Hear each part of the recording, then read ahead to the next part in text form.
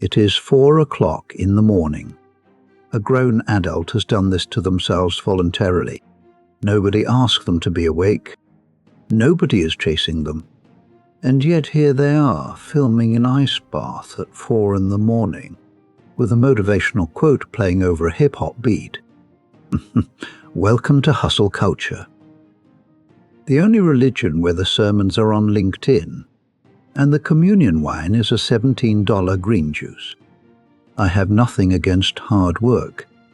Hard work is the mechanism by which almost everything worth having has ever been produced. Hard work built the pyramids.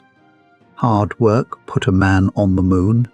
What I object to is filming yourself doing hard work, editing it into a 30-second clip, adding a caption that says, "They don't want you to win," and going back to bed at 6:30.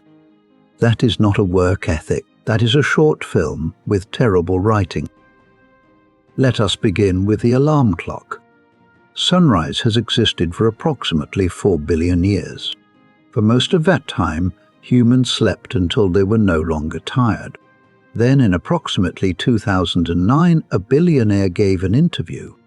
He said he woke up at 4:30, and an entire generation set their alarms accordingly.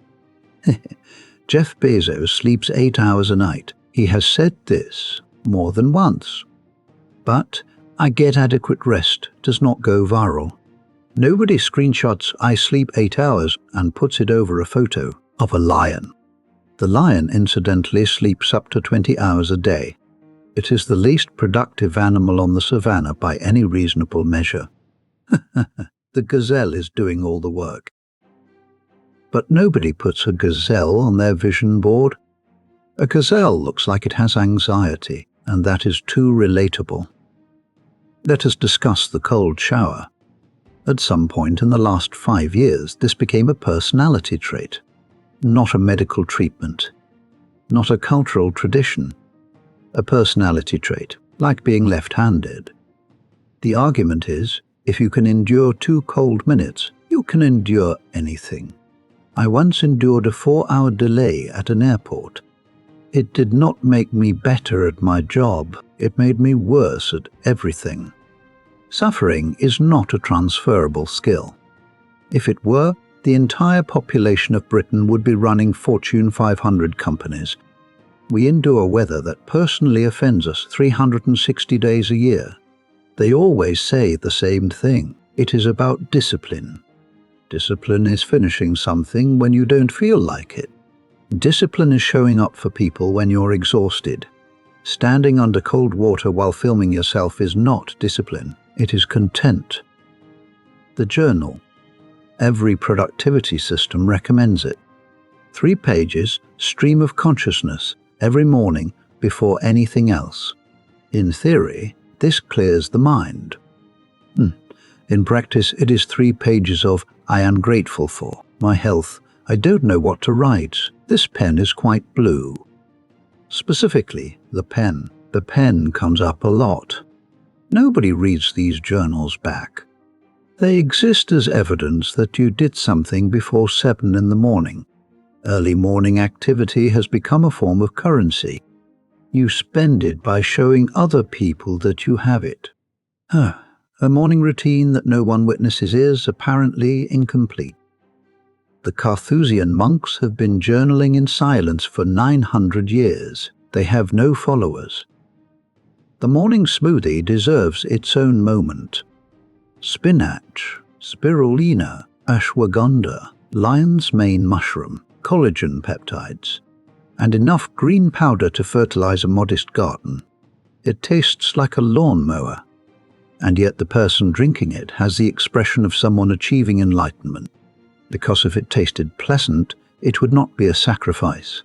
Enjoyment is suspicious in this world. If you are enjoying your morning, you are not optimizing hard enough. Somewhere nearby, a perfectly good cup of tea is going cold, undrunk, waiting. LinkedIn. If hustle culture is a religion, this is its haunted cathedral. A place where language goes to die and be resurrected as something far worse. The posts fall into recognizable genres. First, the corporate thriller. I fired my top salesperson today. Here is why it was the best decision I ever made. He restructured a reporting framework. That is all. It is corporate fan fiction. It is a thriller about a spreadsheet. Second genre, the humble brag disguised as a life lesson. 3 years ago, I was sleeping on my friend's couch. Today I closed a 7-figure deal. What changed? Mindset. What actually changed was that someone gave him money. That someone gave me money is not a hero's journey. So instead we get 2,000 words about waking up early, which is basically a children's book for adults who own a specific brand of vest. The comments always say, "This is so powerful. I needed this today. You are a true leader." It reads like a support group for people who have never encountered a paragraph without a call to action. The person leaving the comment is not encouraging you. They are performing encouragement. The audience for the performance is everyone who might see that they have left it. The post forms, the comment performs, the like performs. Nothing is said. Everyone feels productive. It is the most efficient system ever devised for the appearance of communication without any of the substance. Every post on this platform follows the same structure. Short sentence. Line break. Another short sentence. Line break. Vague emotional statement. Line break. Agree? That is not writing. That is a ransom note with a professional headshot. Somewhere, a person with a professional headshot and an open collar is asking you to agree, and you are considering it. Passive income. Money that flows to you while you sleep. A fiscal lullaby. The internet is full of people who claim they earn 6 figures doing nothing. Their proof is always a screenshot of a revenue dashboard. A dashboard that could have been made in any graphic design application by a moderately ambitious 12-year-old. Here is what passive income actually means in practice. You spend 18 months building something, then 6 months marketing it, then you earn $47 a month, while continuously maintaining it, updating it, and pretending in public it requires nothing. That is not passive. That is a second job you have renamed because the truth is bad marketing. The passive income industry runs on a beautiful circular economy. Someone makes a course about making courses. They sell it to people who make courses. Those people make courses about the course they bought. It is an Ouroboros. A snake eating its own tail, wearing AirPods, standing in front of a rented Lamborghini. The rented Lamborghini. It is the stained glass window of this particular church. You are not supposed to ask whether it is rented. You are supposed to feel something, aspiration, envy, motivation, whatever moves you toward purchasing the $97 masterclass, which costs $97 because 97 sounds more considered than 100. A round number suggests guesswork. 97 suggests analysis. This man has read one chapter of a book on pricing psychology. He has applied it to every price he has ever charged. The book cost £14. The return on investment is, by his own calculation, extraordinary, and he now considers himself a behavioral economist. The Lamborghini drives off. The direct debit begins. The course remains unwatched in a folder somewhere. Every religion needs its prophets. Hustle culture has gurus. And the thing about gurus is that their primary qualification is being a guru. Their expertise is expertness itself. Ask them what they actually do, and the answer is remarkably consistent. I help high performers unlock their potential. That is not a job description. That is a horoscope. The pipeline is always the same. Have one moderate success in a field. Leave that field. Teach other people how to succeed in the field you have left. It is the only profession where quitting makes you more qualified. A retired plumber does not start a masterclass called Pipes to Profit, but a man who sold one software company in 2016 is now hosting retreats in Bali. $8,000 for 3 days of learning the word intentionality. The retreat deserves its own investigation. You pay several $1,000s. You sit in a circle. You share your vulnerabilities with strangers. This is therapy. Therapy with worse chairs and a significantly higher price. But you cannot call it therapy. Therapy implies something is wrong. And in hustle culture, nothing is wrong. Everything is an opportunity for growth. Your burnout is growth. Your divorce is growth. Your third emotional breakdown this quarter is growth. Nobody leaves a retreat having grown less than when they arrive. The price alone ensures that. Here is where it gets genuinely dark. I will return to making fun of things shortly, but this part matters. Burnout is real. The World Health Organization classifies it. Doctors study it. Hustle culture's response is, you are not burned out. You are not passionate enough. Which is like telling someone with a broken leg that they simply have not visualized walking hard enough. The rebranding of exhaustion as dedication is one of the most impressive marketing campaigns in human history. We took a symptom and turned it into a status symbol. I am so busy is now a greeting. There is now a hierarchy of busy. Merely busy is ordinary. Overwhelmed is respectable. Cannot remember what day it is earns genuine admiration. The apex of hustle culture is a person who has lost track of time entirely and is celebrated for it. You are supposed to respond with same. Two visibly unwell people nodding at each other as if this is fine. It is not fine. Someone should sit down. Now, I want to talk about you. I have spent the last while demolishing hustle culture, and I have enjoyed every second of it.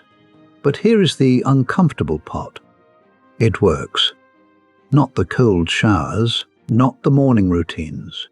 The content works. It gets clicks. It gets shared. It gets saved. Because it speaks to something real. People are anxious about money. People are anxious about status. People want to believe there is a system, a shortcut, a thing that makes the uncertainty go away. There is not one. But a 30-second video of someone looking confident is more comforting than. It is complicated and there are no guarantees. The gurus are not the disease. They are the symptom. We created the demand. Every view is a vote. So, what actually works? I am annoyed that we have arrived at this section. Sincerity is far harder than sarcasm. Showing up consistently when there is no camera.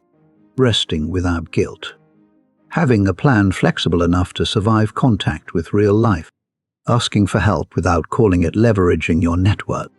Reading a book because it interests you, not because a podcast said it would transform your productivity. Getting enough sleep without calling it biohacking. Having a conversation that does not end with, I'll send you the link. Finding a Tuesday evening genuinely pleasant rather than a gap between more important activities. The people I know who are genuinely doing well, financially stable, emotionally present, not visibly decomposing from stress. They do not have a morning routine. They film. They do not post their wins on LinkedIn. They are not selling a course. They are doing the work, recovering from it, then doing more work. It is spectacularly uncinematic. 30 seconds of answering emails and then having a sandwich. And yet, it works. Maddening, isn't it? Let us talk about the vision board. It arrived sometime in the early 2000s and has never fully left. The idea is simple. You cut out images of the life you want. You pin them to a board. You look at the board. The life arrives. Now, I have looked at many vision boards. They all contain largely the same things. A yacht, a house with too many rooms, a person on a beach who appears to have no obligations. I always wonder what happens when you look at the board and the board does not look back. The theory is that daily exposure to these images reprograms your subconscious. I have looked at pictures of Paris for 30 years. I do not speak French. The subconscious, it turns out, is not visual. But the scissors and the magazines are genuinely soothing. Sometimes you are not manifesting a yacht. Sometimes you just need a quiet Tuesday afternoon and a glue stick. Nobody takes the vision board down. That would be admitting something. It simply accumulates dust until it is moved during a house relocation and quietly placed in the recycling. The 90-day challenge is a recurring event in hustle culture. Its appeal is understandable. 90 days is long enough to feel serious and short enough to feel survivable. Day 1 involves a great deal of spreadsheet work. Day 2 involves ticking 17 boxes before breakfast. By day 14, the spreadsheet has been quietly closed. By day 31, it has been reopened and relabeled as a fresh start. The 60-day challenge is essentially the 90-day challenge with the evidence destroyed. The people who actually change their behavior do not do 90-day challenges. They just quietly do the thing every day without a countdown. The countdown is the product, not the behavior. Day 90 is celebrated with enormous relief. Day 91 is indistinguishable from the day before the challenge began, and yet we sign up again next quarter with a new color scheme. The networking event, an occasion specifically designed to accelerate your professional connections. What it actually is a room full of people handing each other rectangles. The rectangle is a business card. It will be placed in a drawer by tomorrow morning and never seen again. The conversations at networking events follow a strict format. What do you do? I help businesses unlock value through strategic alignment. Nobody knows what this means, including the person who said it. Cards are exchanged. Both parties immediately begin looking for someone more useful. By the following morning, there is a LinkedIn connection request. The message says, "Great to connect." You were not connecting, you were collecting. LinkedIn is a filing cabinet for people you met once and found mildly plausible. A genuine connection made slowly over time. With a person you actually like, that cannot be networked. It can only be stumbled into, usually when neither person was trying. Here is my final thought, and I will keep it short. We have been here a while. I respect your time, even if LinkedIn does not. Hustle culture sells you a story where the hero is always performing, always optimizing, always on. That is not a hero's journey. That is a machine's journey. You are not a machine. You are a person. Complicated, inconsistent, occasional ridiculous. Someone who sometimes wants to sleep in and eat cereal in their pajamas. That is not failure. That is Tuesday. And Tuesday is fine.